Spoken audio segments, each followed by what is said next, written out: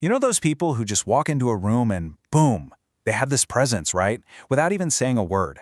Well, today we're going to get into how you can build that same kind of unshakable presence by, believe it or not, rewiring some of the most primal parts of your brain. And yeah, our role model for this, the silverback gorilla. So, let me ask you something. Does this sound familiar? You're constantly checking your phone. For what? A notification that probably isn't even there?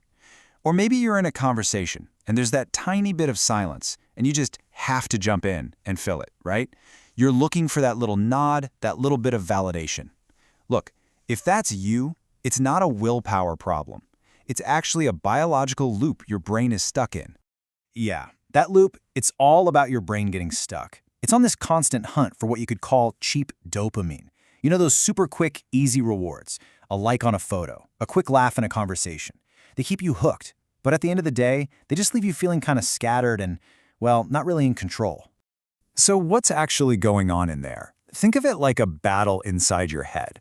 On one side, you've got your amygdala. This is the ancient, primal part of your brain. I like to call it the reactor.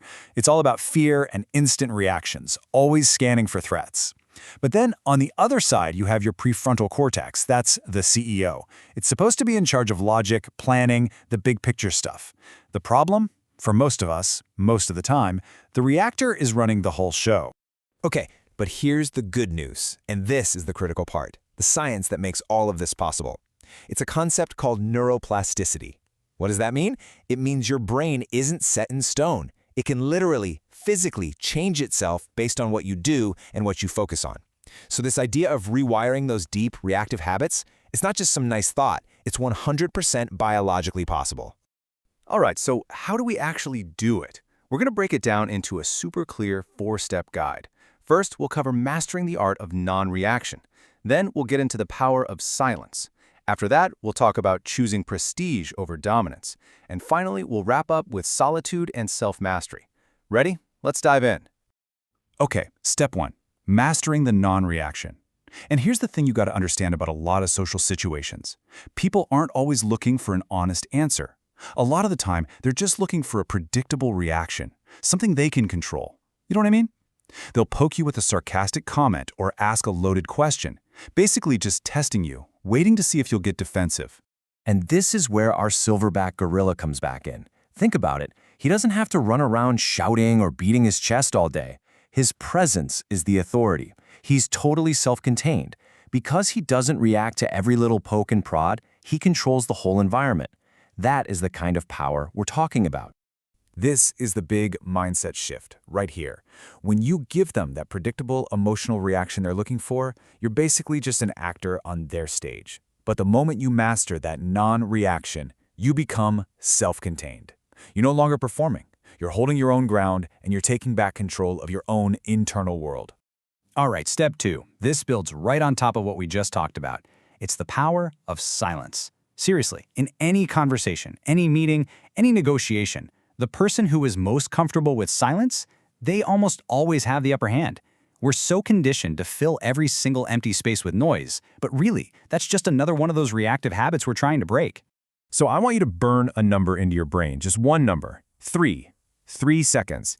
This is the core of a technique we'll call the power pause. And I'm not kidding, it's one of the single most powerful tools you can use to instantly change the dynamic of, well, pretty much any interaction. And the benefits? They're so simple, but so powerful.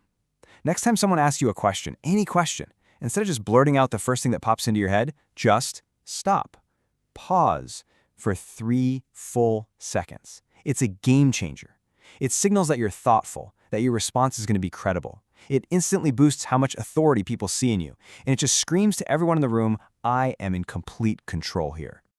Okay, on to step 3. And for this one, we're going a little deeper into our own biology. It's all about making a conscious choice, choosing the path of prestige over the path of dominance. See, these are the 2 basic ways we humans try to gain influence, and they light up totally different reward circuits in our brains.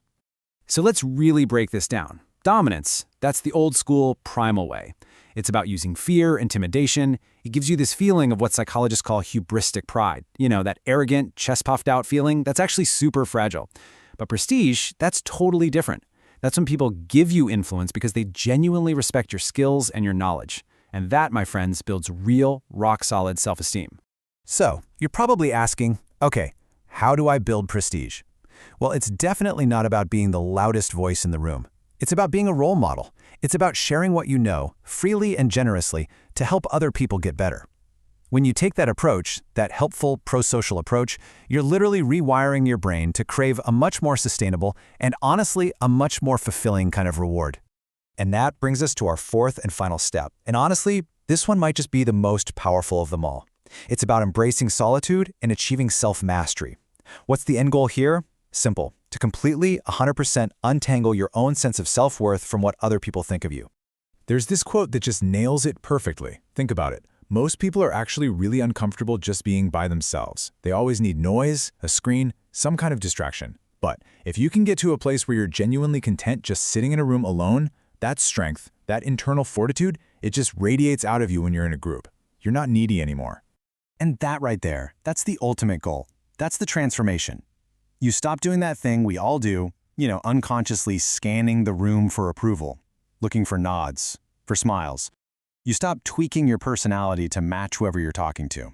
Instead, you just exist. Grounded, confident. You start truly owning your space. So, we've walked through these 4 big steps. But, just understanding the ideas isn't the point. It's all about actually putting this stuff into practice. So the real question is for you. Are you ready to actually start the rewiring process? To build that more powerful presence for yourself? Okay, so here's your first challenge. It's super simple. The very next time you're in a conversation, any conversation, and someone asks you a question, don't answer right away. I want you to take a full, silent breath, count to 3 in your head, and then give your answer. Just try it one time, and just watch. Watch what happens to the energy in that room. You'll feel it all shift, right towards you. And that, right there, is your first real step to owning your presence.